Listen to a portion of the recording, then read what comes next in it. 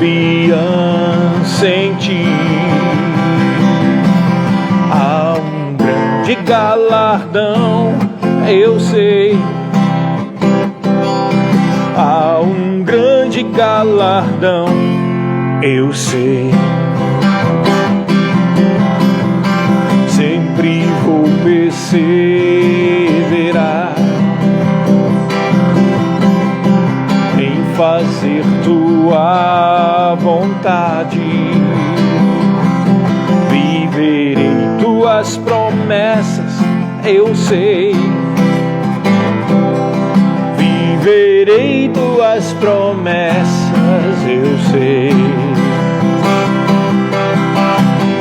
Eu não vou retroceder. Pode vir o que vier, minha vida está em Deus. Nele eu vivo pela fé.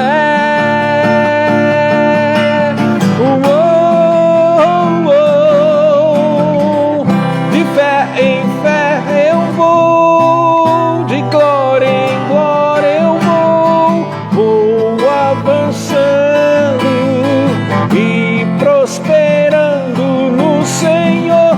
De fé em fé eu vou, de glória em glória eu vou, nada vai me parar, vou avançando.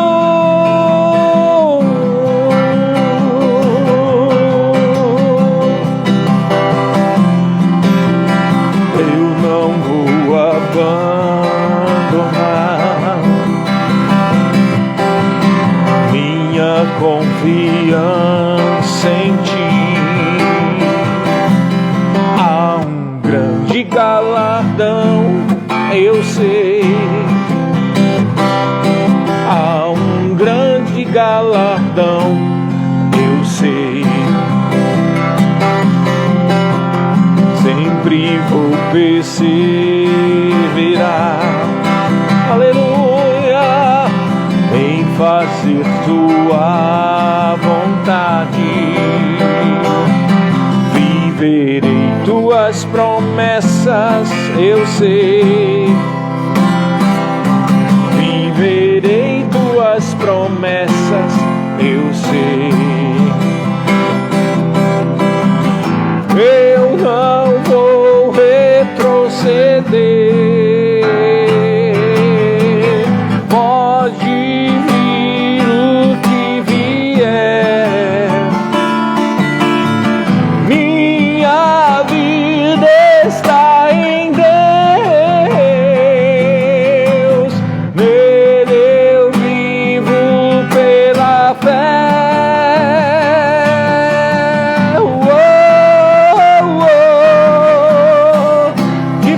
Em fé eu vou, de glória em glória eu vou avançando e prosperando no Senhor.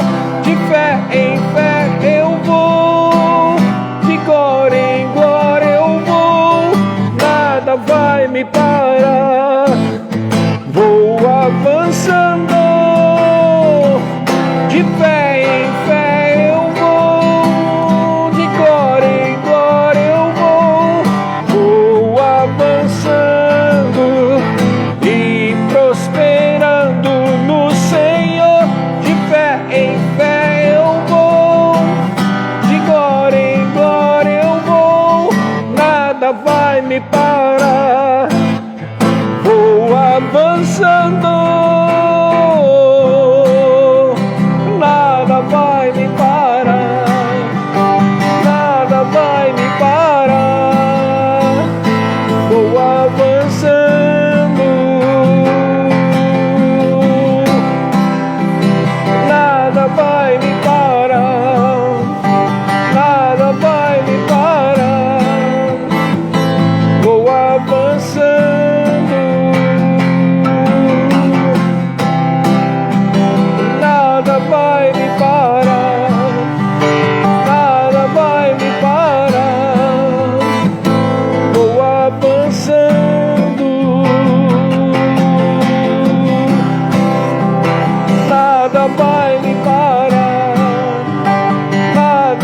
vai me parar.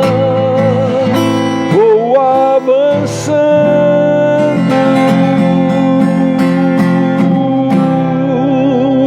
Oh, aleluia, glória a Deus.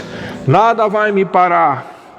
Se você está aí conosco, você pode ter absoluta certeza que se você andar de fé em fé, nada vai te parar. Aleluia, glória a Deus. Amém? Então tem algumas pessoas aqui conosco, já vou citando aqui, né? Quem é que está aqui? Larissa, a Cate, o Vitor. Tem essas 3 pessoas conosco, então estamos aqui, vocês 3 comigo, estamos firmes, de fé em fé, e nada vai nos parar, amém? Não importa se só tem nós, mais que é importante, só precisa de uma pessoa para que Deus haja em algum lugar ou através de alguma ministração, não é verdade? E se 2 ou mais concordarem a respeito de alguma coisa, isso será feito. Tem 3 pessoas aqui, mas comigo 4, já temos mais que suficiente para que Deus possa operar no nosso meio, amém?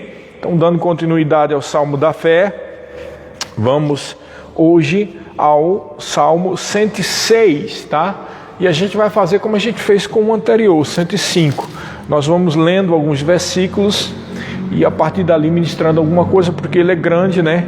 Esse Salmo 106 tem 48 versículos, então nós vamos vindo dessa parte. Amém? Entrou a Edileuza também, amém, Edileuza? Está aí, amém, graças a Deus. Então vamos lá, Salmo 106, diz assim: aleluia, rendei graças ao Senhor, porque Ele é bom, porque a sua misericórdia dura para sempre. Quem saberá contar os poderosos feitos do Senhor, ou anunciar os seus louvores? Bem-aventurados os que guardam a retidão, e o que pratica a justiça em todo o tempo. Amém? Então, essa primeira parte, os 3 primeiros versículos, é como muitos salmos, começa dessa forma, né? Render graças ao Senhor porque Ele é bom. Aliás, isso é um fraseado, né? Recorrente na Bíblia, principalmente no Velho Testamento, né? E fazia parte de louvores do povo de Israel, dos levitas. E também nós vemos naquele episódio lá de 2 Crônicas, capítulo 20, que o povo de Israel conquistou vitória, né? Batalha foi conquistada através dessa expressão de louvor a Deus, rendendo graças a Ele, porque a sua misericórdia dura para sempre. E também o 2º versículo fala daquilo que nós temos citado em vários salmos, que é a questão de recordar os feitos do Senhor. Não para viver do passado, mas para lembrar os poderosos feitos do Senhor.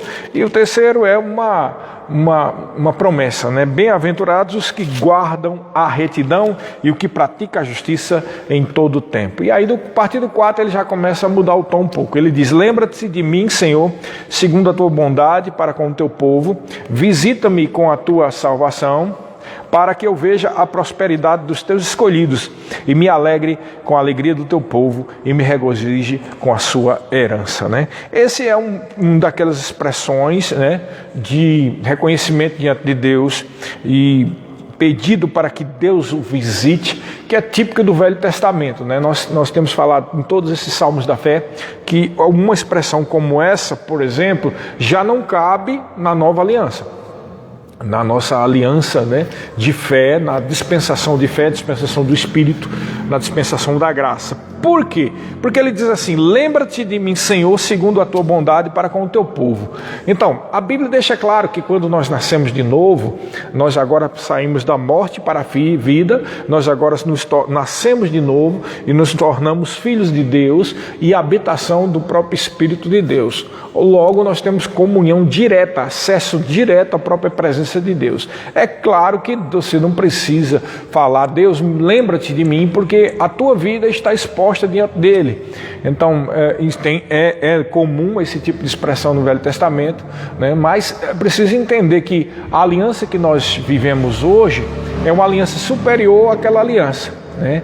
Então, sim, ele é um Deus de aliança, tanto continua sendo no Velho Testamento como do Novo. A diferença é que ele tinha uma aliança com o povo de Israel, mas o povo de Israel tinha uma aliança nacional, como nação, como povo, né? Povo escolhido, mas não pessoalmente como tendo nascido de novo. Tanto é verdade que eles precisavam oferecer animais para cobrir o pecado. Nós sabemos que o Cordeiro de Deus, que é Jesus Cristo, levou todo o pecado. E agora nós não precisamos fazer uma expressão como essa, lembra-te de mim. É comum alguns irmãos orarem assim, né? A gente entende que isso é falta de conhecimento da nova aliança. Quando a gente fica dizendo, ô Senhor, lembra-te de mim, não se esquece de mim, não me abandona. É claro que Deus não vai te abandonar, porque você é filho dele. E você não precisa estar lembrando a ele, porque ele sabe, você nasceu de novo. Então, se você tem livre acesso à presença de Deus, ele, o Deus Todo-Poderoso, não vai se esquecer de você, né? Às vezes esse tipo de expressão hoje em dia demonstra a fragilidade emocional da pessoa. A pessoa está pensando que Deus esqueceu dela porque o companheiro da direita, o companheiro da esquerda está vivendo uma vida melhor, e a impressão que dá é que Deus ama mais aquelas pessoas do que você. Na verdade, isso é uma tentativa de tentar emocionar a Deus. Deus conhece o seu interior. Se você nasceu de novo, não precisa se preocupar que ele não vai esquecer de você. Amém? Então vá a partir do versículo 6. Pecamos como nossos pais, cometemos iniquidade, procedemos mal. Nossos pais no Egito não atentaram às tuas maravilhas, não se lembraram da multidão das tuas misericórdias, e foram rebeldes junto ao mar, o mar vermelho. Mas ele os salvou por amor do seu nome, para lhes fazer notório o seu poder. Repreenderam o mar vermelho e ele secou, e fez-los passar pelos abismos como por um deserto. Salvou-os das mãos de quem os odiava, e os remiu do poder do inimigo. As águas cobriam os seus opressores, nenhum deles escapou. Então creram nas suas palavras e lhe cantaram louvor. Então esses versículos aqui, ele está lembrando do que aconteceu com o povo de Israel. Quando ele diz aqui, pecamos como nossos pais, ele não está dizendo que todos nós somos pecadores. Ele está dizendo, naquele contexto do Velho Testamento, da Velha Aliança, que o salmista, como representante ou como participante do próprio povo de Israel, estava reconhecendo que eles naquela época pecaram e pecavam como os nossos pais, né? Então é uma realidade totalmente diferente da nova aliança. Algumas pessoas podem pegar isso aqui e dizer, tá vendo? Olha aqui, ó, nós pecamos, nós somos pecadores, mas ele está falando aqui da realidade da velha aliança, irmãos, não é? É outra coisa totalmente diferente. E ele está trazendo à lembrança o que aconteceu naquele episódio do Mar Vermelho, né? Quando os egípcios naufragaram, morreram afogados, melhor dizendo, diante daquele episódio, quando o Mar Vermelho abriu para que o povo de Israel passasse de pés enxutos, e depois as águas cobriram os egípcios. A partir do versículo 13 diz assim: cedo, porém, se esqueceram das suas obras, e não, aliás, antes disso, no 12 é interessante, diz assim: então creram nas suas palavras e lhe cantaram louvor. Essa é que é a característica do Velho Testamento. Eles precisavam ver algo para poder crer, né? Mas na nova aliança, no Novo Testamento, não é preciso nós vermos para crer. Nós cremos primeiro para poder ver. Essa é uma aliança diferente, onde a fé é o que realmente define se alguém nasceu de novo, se alguém é de Deus, né? Tem muita gente que diz que é de Deus, mas não anda em fé, não crê em nada, né? E a Bíblia diz claramente lá em Hebreus capítulo 11, versículo 6, que sem fé é impossível agradar a Deus, amém? Então eles precisaram ver para poder crer. E tem mais, olha só a fragilidade da fé desse povo, né? No versículo 13 diz: cedo, porém, se esqueceram das suas obras e não lhe guardaram os desígnios. Entregaram-se à cobiça no deserto e tentaram a Deus na solidão. Concedeu-lhes o que pediram, mas fez definhar-lhes a alma. Então, cedo eles se esqueceram de Deus. Quando as pessoas são assim, precisa ver para poder crer. Só basta passar um tempo longe que já se esquece de Deus, né? É comum acontecer esse tipo de coisa com pessoas, por exemplo, que não tem profundidade em Deus, como aquela parábola do semeador que Jesus falou, que tinha um tipo de solo, um tipo de coração de gente que tinha pouca raiz. E quando a tribulação vem, quando a situação se levanta, já secou-se, porque não tem profundidade. Tem muita gente que não tem profundidade, e quando sai da igreja ou deixa de vir no culto, já se esquece de Deus, já se esquece dos milagres de Deus, ligeiro já está no mundo. Infelizmente hoje nós vemos muito isso, principalmente por parte de jovens, né? Pessoas mais na idade entre 16 até 20, antes dos 30 anos, tem essa tendência de perder o foco em Deus e de esquecer, né? Mas é claro que eu estou dizendo dessa questão de idade é para pessoas que não têm. É claro que tem jovens que são muito firmes no Senhor e mais do que os velhos. Não é isso que eu estou dizendo. Não era exatamente sobre as jovens. Eu estou querendo dizer o seguinte, que há muitos desviados jovens que são assim. Amém? Tá certo? Para ficar claro. Desviados jovens. Por quê? Porque a fascinação do mundo, né, as coisas do mundo, faz com que esses desviados jovens ajam dessa forma. Se esquecem logo de Deus. Amém? Claro que existem desviados adultos, velhos, idosos, e todo desviado está desviado. Isso eu estou querendo dizer que esse tipo de característica de esquecer logo de Deus é comum em desviados jovens, porque eles vão logo viver em farras, em bebedices e coisas desse tipo, e se afastam facilmente de Deus e logo perde o foco, porque fica logo envolvido com as coisas do mundo, né? Então isso é terrível. E aqui o povo de Israel estava nessa situação. Era um povo que precisava ver para poder crer, e mesmo vendo ainda não criam, né? Porque logo se esqueceram de Deus. E o versículo 16 diz assim: tiveram inveja de Moisés no acampamento e de Arão, o santo do Senhor. Abriu-se a terra e tragou a Datã e cobriu o grupo de Abirão.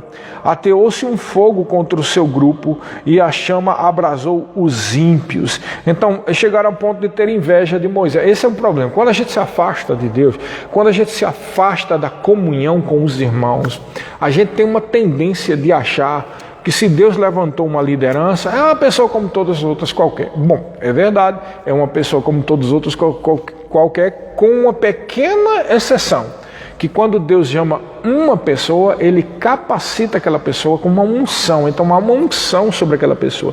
Quando nós desrespeitamos liderança e achamos que nós podemos tomar o lugar delas, o que acontece? Nós estamos desrespeitando a unção, não é a pessoa, José, Maria ou quem quer que seja. Nós estamos desrespeitando a unção. E desrespeitando a unção, estamos desrespeitando o próprio Deus. Esse era o problema com aquele povo. Eles logo, será Moisés e Arão são igual a gente e tal, e vieram contra eles com a maior arrogância, achando que eles eram igual a qualquer um. Se Deus quisesse usar, usava qualquer um, esquecendo-se que quando Deus separou Moisés e separou Arão, havia uma unção sobre ele, havia uma graça e uma unção, um motivo pelo qual Deus levantou ele. Então quando eles se levantaram contra essa liderança, eles se levantaram contra o próprio Deus, ao ponto que abriu o chão e morreu um monte de gente, né?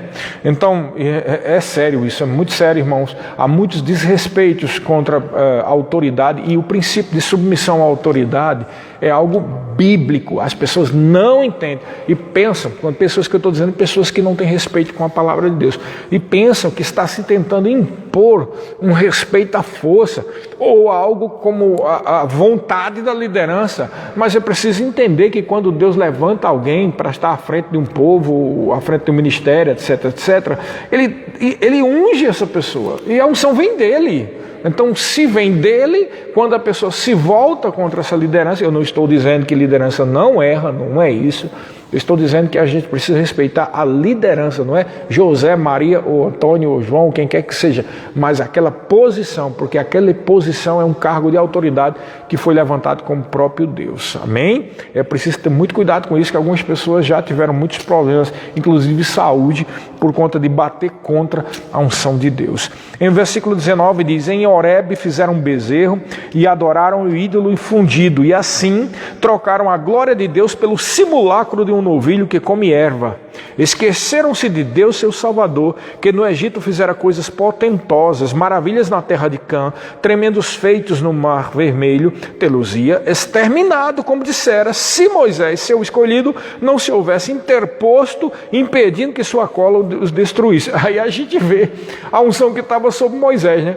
Porque o povo, com essa atitude arrogante, já merecia ser fulminado na velha aliança. Mas Moisés tanto foi o escolhido de Deus, que interveio para interceder. Moisés aqui foi uma tipologia, uma simbologia da própria pessoa do Senhor Jesus Cristo, que interpôs-se para que não houvesse morte. Jesus é o Cordeiro que pagou o preço com a sua própria morte para que nós fôssemos salvos através da fé no nome poderoso do Senhor Jesus Cristo. E em versículo 24 diz: também desprezaram a terra aprazível e não deram crédito à sua palavra.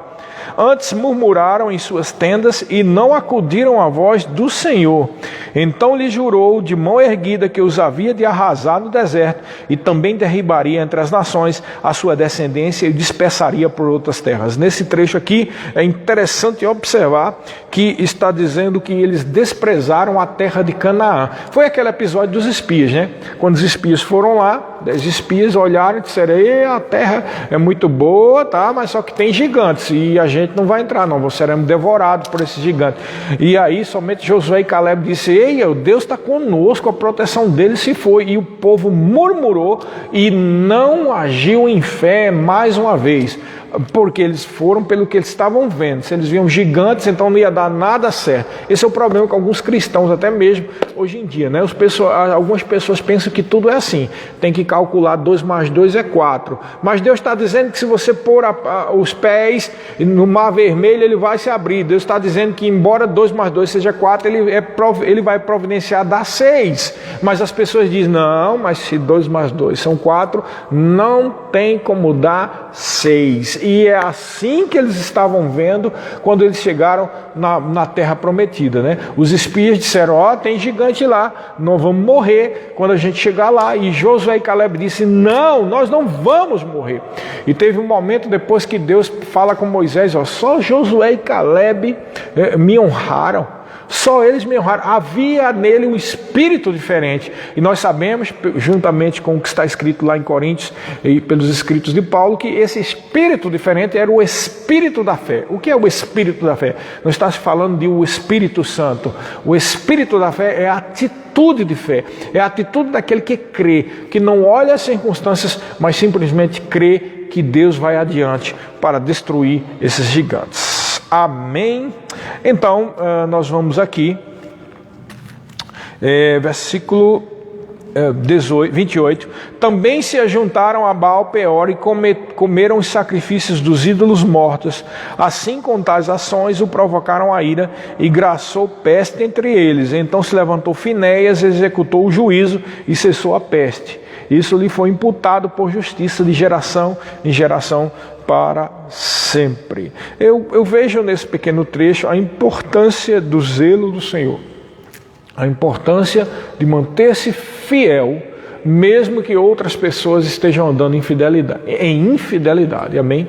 E foi assim que aconteceu com Finéias. Ele foi fiel, e isso foi imputado como justiça. Então, não só foi a obra de Abraão, mas a obra de Finéias foi imputado por justiça também, porque ele foi fiel, ele foi zeloso.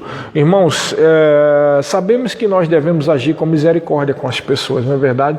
Mas há determinadas situações em que o ato da pessoa pode trazer muito mais malefício para o grupo, congregação, para a igreja como um todo, para o ministério, e é preciso ter disciplina.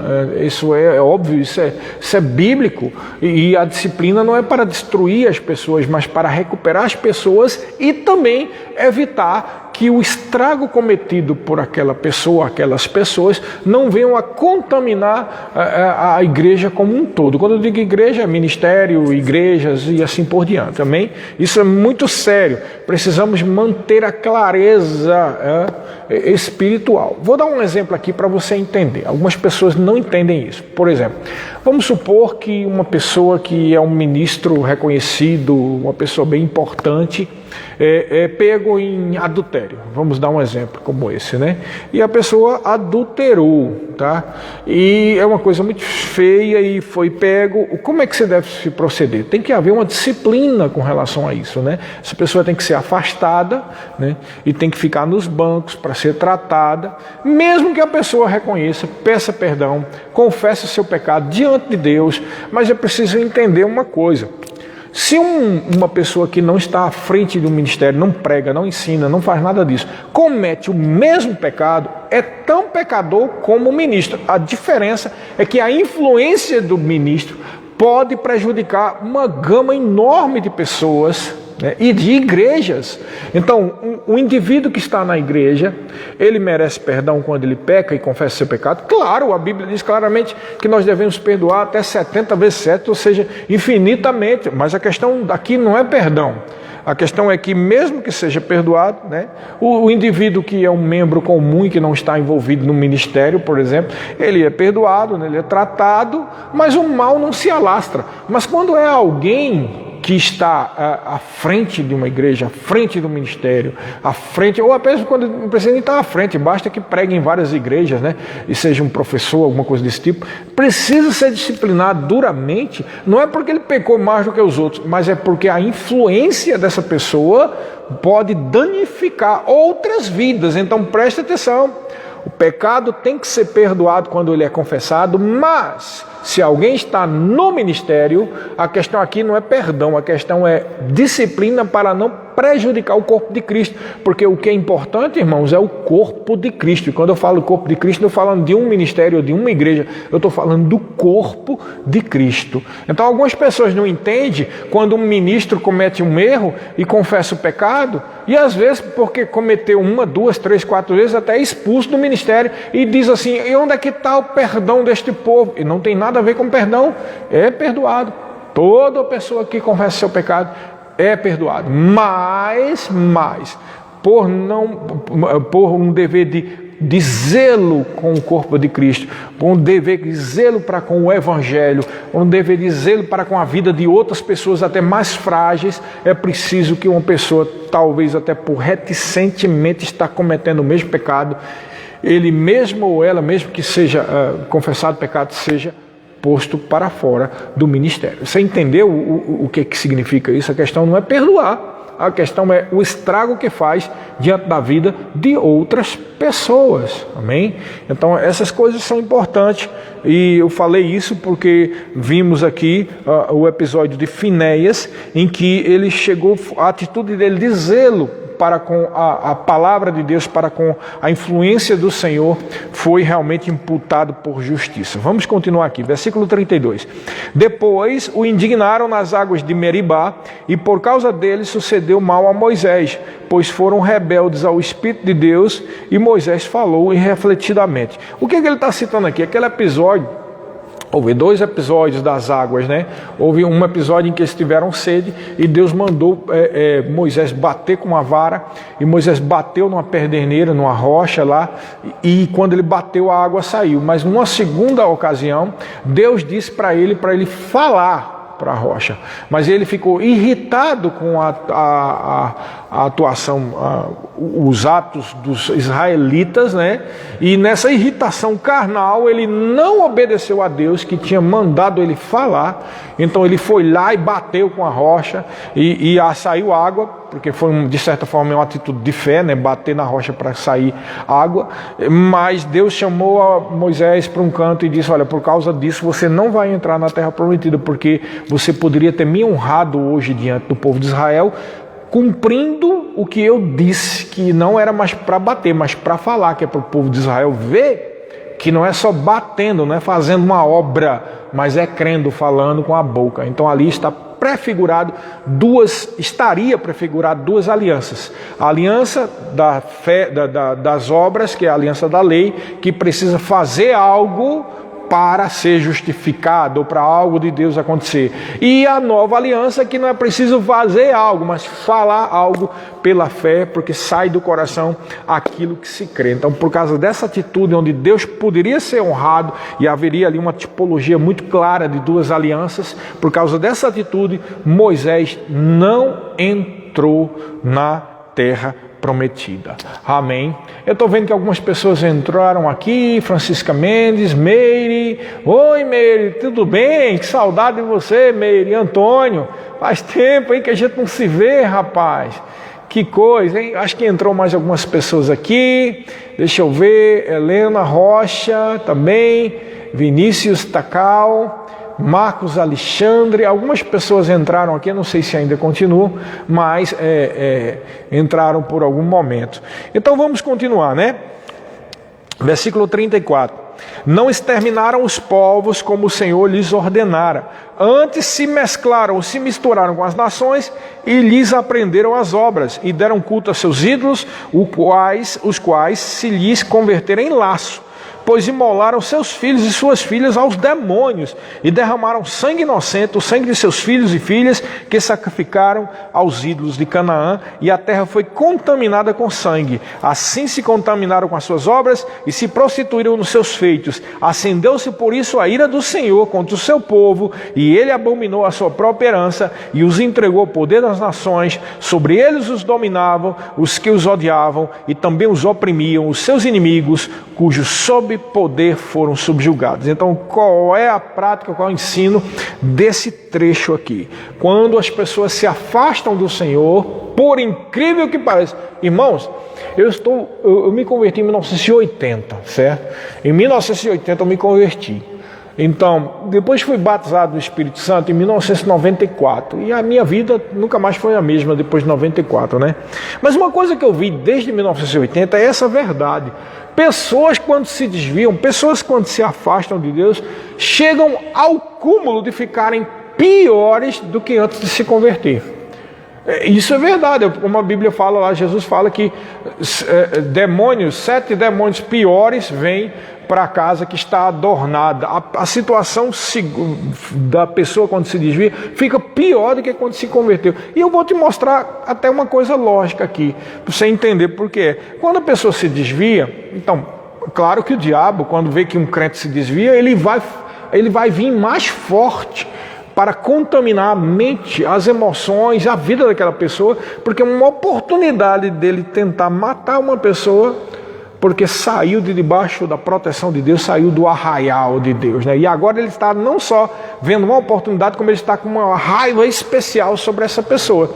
E o que é que ele faz? Geralmente, quando alguém se desvia, deixa tudo livre para que a pessoa pense que finalmente descobriu a verdade, né? Descobriu a verdade.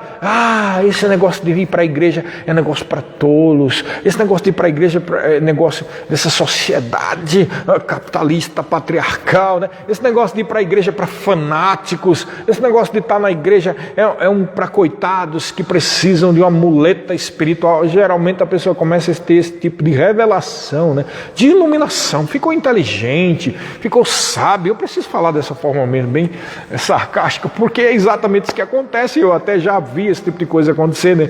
Então, o que faz? A pessoa se torna pior, a pessoa começa até a cogitar a possibilidade de se envolver com práticas que são abominação diante do Senhor. Por quê? Porque muitas dessas pessoas pensam que foi tolice estar seguindo a Deus, foi inútil seguir a Deus. E será que não é essa coisa de ser crente, de ser evangélico, de ser cristão, não é só uma verdade? Será que não existe outras verdades? Você entendeu? A pessoa começa a ficar totalmente influenciada por demônios, e aqui o povo de Israel mostrou isso claramente. Eles, quando se afastaram de Deus, se envolveram com demônios e com ídolos, e chegaram ao ponto até de sacrificar os seus próprios filhos a demônios, crendo, por certo, deve ter sido isso, pela influência de demônios, que se eles fizessem aquilo, eles iam ter mais poder. Aliás, é uma coisa recorrente com relação a pessoas envolvidas com demônios. Estão buscando sempre ser o melhor, né? Não no sentido de produtividade, mas de ser o maior, o mais famoso, de ter sucesso. E é nessa prática que as pessoas terminam se envolvendo com demônios e com Satanás, que procura mesmo fazer com que as pessoas alcancem um certo sucesso para afastá-las cada vez mais da aliança de Deus, para afastá-las cada vez mais da vida com Deus. Então é preciso ter muito cuidado, irmãos. De maneira nenhuma nós devemos nos apartar do livro da lei, da palavra do Senhor. Devemos meditar de dia e de noite, porque, irmãos, esse mundo jaz no maligno, maior o que está em nós do que o que está no mundo, mas precisamos entender que estamos em terra estrangeira. Nós somos embaixadores, representantes do reino. Precisamos andar segundo as leis desse reino, que é o reino de Deus. Precisamos entender que existe uma cultura cultura do reino de Deus, precisamos entender que existem valores do reino de Deus, e essa cultura e esses valores e esse poder e tudo que vem do reino de Deus é diametralmente contrário aos valores do mundo, à cultura do mundo, ao sistema do mundo e de como o mundo opera. Mas pessoas ficam achando que esse mundo e que a pessoa que nasceu de novo é igual a todo mundo. Irmãos, a Bíblia deixa claro, só existe dois tipos de pessoas, filhos das trevas e os filhos da luz, irmão. Não há comunhão entre luz e trevas. Não há comunhão entre quem nasceu de novo e o povo do mundo. Mas pastor, e aí? O que eu vou fazer? Não, continua trabalhando, continua conversando com o povo, continua fazendo tudo. Agora, não fique com íntima comunhão, né? Pessoas têm amizades. Minha maior amiga é fulana, que nem crente é. Meu maior amigo é fulano e beltrano, do grupo que eu conheço desde que a gente era criança. E cuidado, irmãos, cuidado, porque quem não é nascido de novo tem como pai, é o que a Bíblia diz, não é o que o pastor Sérgio está dizendo, tem como pai o diabo. E na hora que for necessário, o diabo vai tentar influenciar essa pessoa para prejudicar o filho ou a filha de Deus. Então não há amizade entre o mundo e entre Deus. Amém? A amizade do mundo constitui-se automaticamente inimizade contra Deus. Vamos continuar aqui, versículo 43. Muitas vezes os libertou, mas eles o provocaram com seus conselhos, e por sua iniquidade foram abatidos. Olhou-os, contudo, quando estavam angustiados, e lhe ouviu o clamor. Lembrou-se a favor deles da sua aliança, se compadeceu segundo a multidão das suas misericórdias. Fez também que lograssem compaixão de todos os que os levaram cativos. É interessante, apesar de tudo isso, a misericórdia do Senhor é infinita. Oh, que Deus maravilhoso! Deus é bom, irmãos. Deus é bom. Tantas quantas forem as vezes que você vem até Deus, Ele vai te receber com braços abertos. Amém?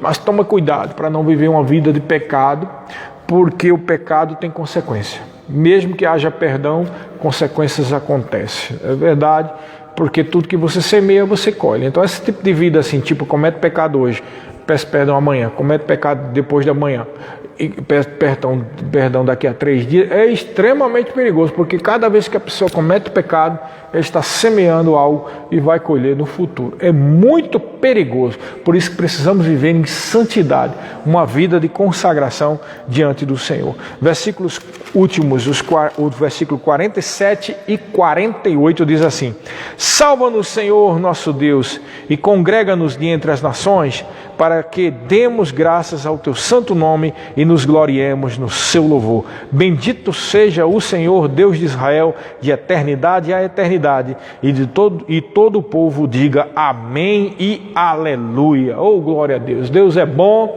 Ele sempre vai agir em favor do seu povo. E graças a Deus, depois disso tudo aqui na velha aliança, você sabe que o Senhor Jesus veio.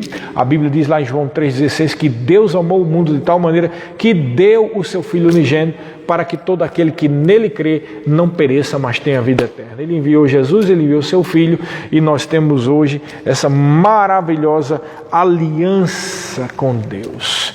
Irmãos, essa aliança que nós temos com Deus, a nova aliança, é superior à velha aliança. Por isso nós devemos viver segundo o que está escrito no Novo Testamento. Claro que toda a Bíblia é de Deus, devemos meditar em toda a Bíblia. Inclusive nós estamos lendo aqui os Salmos da Fé, que é do Velho Testamento. Mas você precisa entender que todos os textos do Velho Testamento apontam, revelam, simbolizam, dirigem para a pessoa do Senhor Jesus Cristo e para a nova aliança, para realidades que só se cumpriram na sua totalidade, apesar de serem profetizadas no Velho Testamento, só se cumpriram no Novo Testamento, só se cumpriram na nova aliança. Aleluia! Glória a Deus! Esse foi o maravilhoso Salmo 106, né? E nós iremos para o 107 na semana que vem.